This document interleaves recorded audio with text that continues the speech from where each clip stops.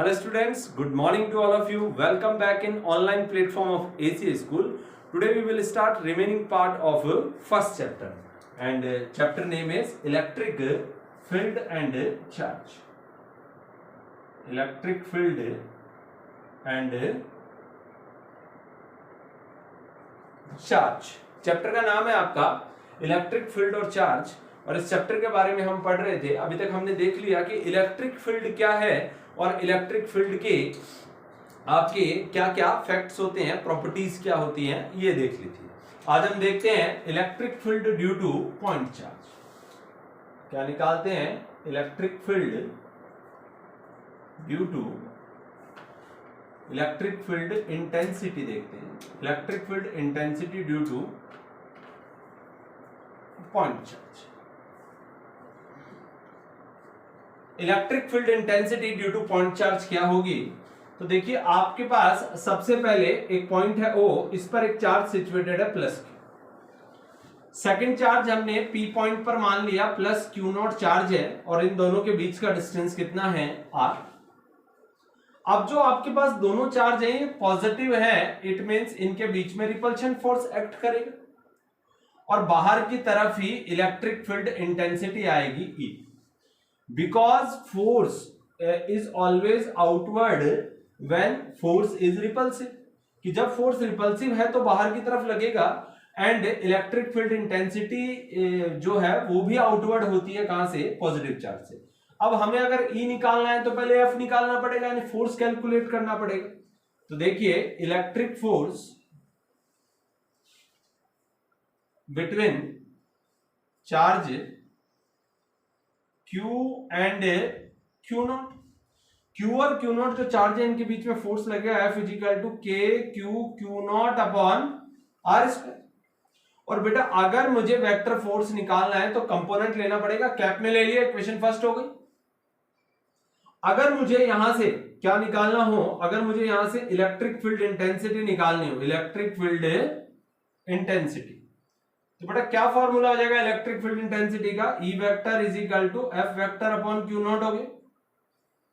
अब अगर मैं F वेक्टर की वैल्यू रखूं तो E vector is equal to F vector की value K Q Q0 upon R square into R cap by Q0 से डिवाइड कर दो। Q0 टू Q0 क्या हो गया? कैंसिल। तो बेटा हम बोल सकते हैं कि electric field intensity E is equal to KQ upon R square into R cap आ गई।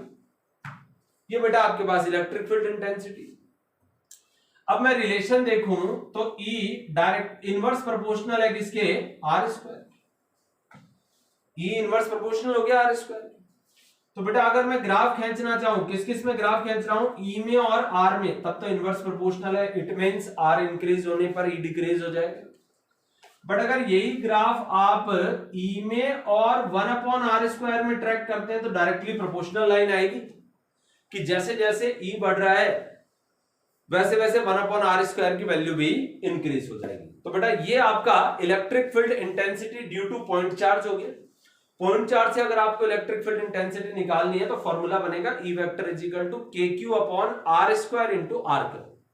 बेटा सबसे पहले आपको वर्क यही करना है कि एक तो टॉपिक का नाम और टॉपिक से रिलेटेड जो फॉर्मूला है वो आपको याद होना चाहिए, ताकि अंदर की डेरिवेशन करने में कोई प्रॉब्लम नहीं है।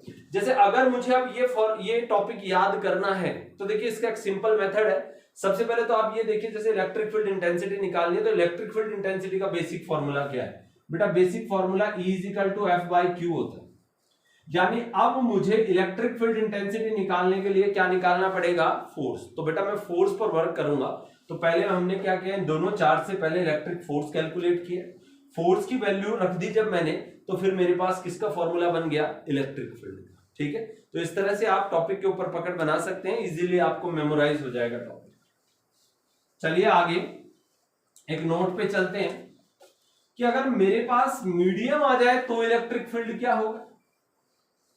इलेक्ट्रिक फील्ड क्या होगा अगर मीडियम हो तो इलेक्ट्रिक फील्ड, एक नोट है ये बेटा, इलेक्ट्रिक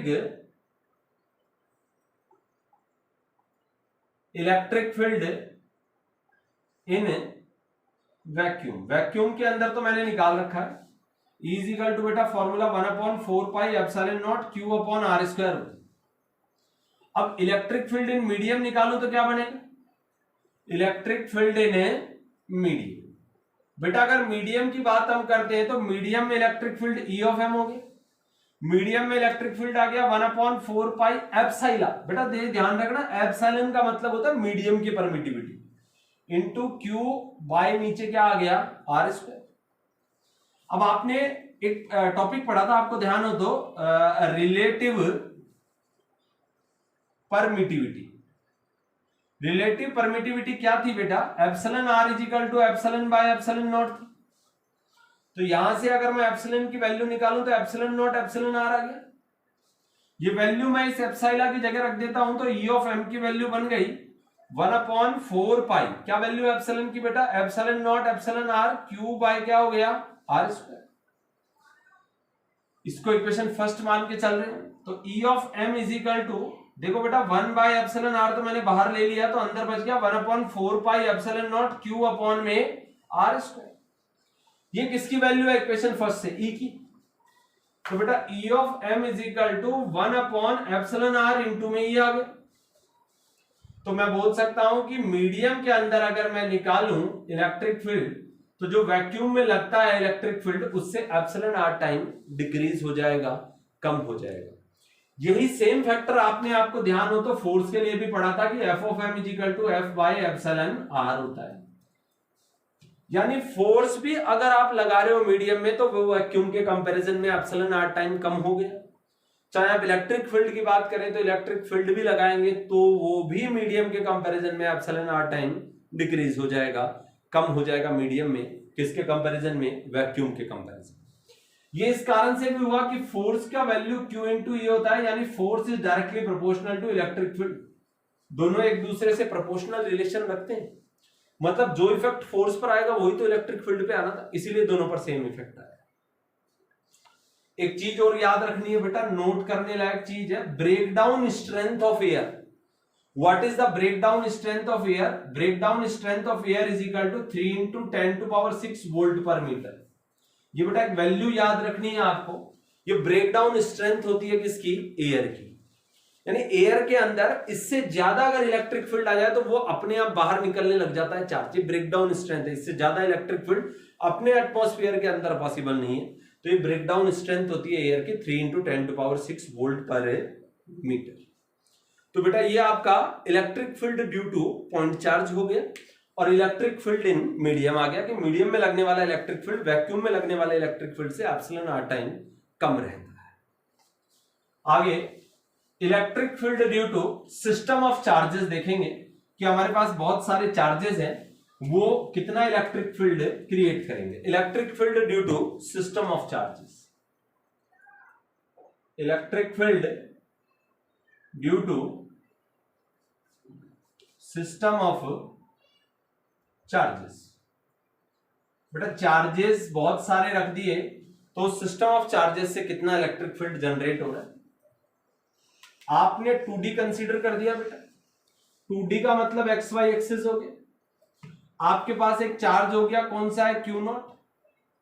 अब बहुत सारे चार्जेस आपने सिस्टम में रख रखे हैं, Q1 भी रख रखा है, दूसरा चार्ज बेटा आपने Q2 भी रख रखा है, थर्ड चार्ज बेटा आपने Q3 भी रख रखा है, अप टू कहां तक के चार्जेस आपने यहां सिचुएटेड कर रखे हैं? Q ऑफ n तक। बेटा सेपरेशन की बात करें तो ये R1 है, ये R2 है, ये R0 है, ये R3 है, ये R ऑफ n है।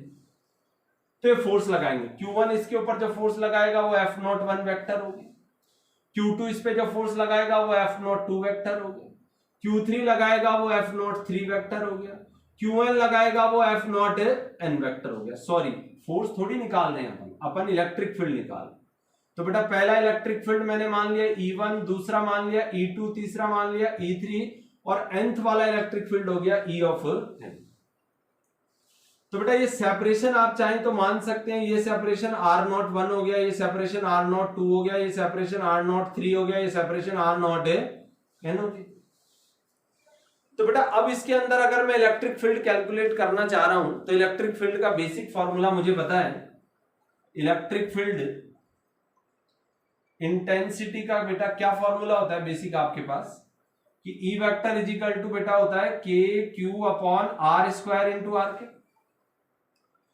अब क्योंकि ये सारे इस Q naught charge test charge पर लगा रहे हैं इलेक्ट्रिक फील्ड, तो according to principle of superposition, superposition का प्रिंसिपल ये बोलता है कि अगर आपके पास रिजल्टेंट इलेक्ट्रिक फील्ड कैलकुलेट करना है, इलेक्ट्रिक फील्ड, तो रिजल्टेंट इलेक्ट्रिक फील्ड बेटा जितने भी इलेक्ट्रिक फील्ड यहां एक्ट कर रहे हैं उन सभी इलेक्ट्रिक फील्ड के सम के इक्विवेलेंट हो जाएगा। कितने इलेक्ट्रिक फील्ड हैं, अगर n तक के इलेक्ट्रिक फील्ड है तो n तक के सभी इलेक्ट्रिक फील्ड का सम हो जाएगा।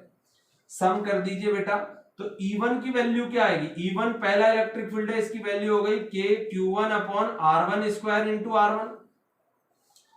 दूसरा E2 निकालूंगा तो हो जाएगा के Q2 upon R2 square into R2 क्या। E3 निकालूंगा तो बेटा हो जाएगा के Q3 upon R3 square into R3 क्या। And up to E of n निकालूंगा तो बेटा हो जाएगा के Qn अपॉन Rn square Rn into cap आ गया। सबकी वैल्यू आ गई, इसमें रख दे सुपरपोजिशन वाले लो में, तो E vector is equal to पहला K Q1 upon R1 square R1 क्या। दूसरा हो गया बेटा के Q2 upon R02 square R02 पर क्या। बेटा नॉट और लगा दीजिए सब में, है ना, क्यों नहीं, अपन ने नॉट लेके चले, ये मैं नॉट और लगा रहा हूं सब में। तो थर्ड बेटा आ जाएगा इस तरह से, लास्ट का आ जाएगा के Qn upon R0 n square R0 n पायर क्या है। E vector is equal to K सब में से कॉमन क्या बन गया, Q1 upon R0 1 square R0 1 क्या, Q2 upon R0 2 square R0 2 क्या, एंड सो ऑन के, तो बाहर आ गया Qn upon R0 n square R0 n पर क्या आ गया कैप। तो E vector is equal to K बाहर आ गया, समेशन कर देंगे I इज इक्वल टू 1 से I is equal to n तक। बेटा समेशन करने के बाद जहां पर चेंजेस होते हैं वहां पर I लगा देंगे, Q 1 2 3 4 की जगह I, R0 I स्क्वायर और R0 I पर क्या आ गया क्या। तो बेटा ये रिजल्टेंट इलेक्ट्रिक फील्ड निकल गया due to system of charges.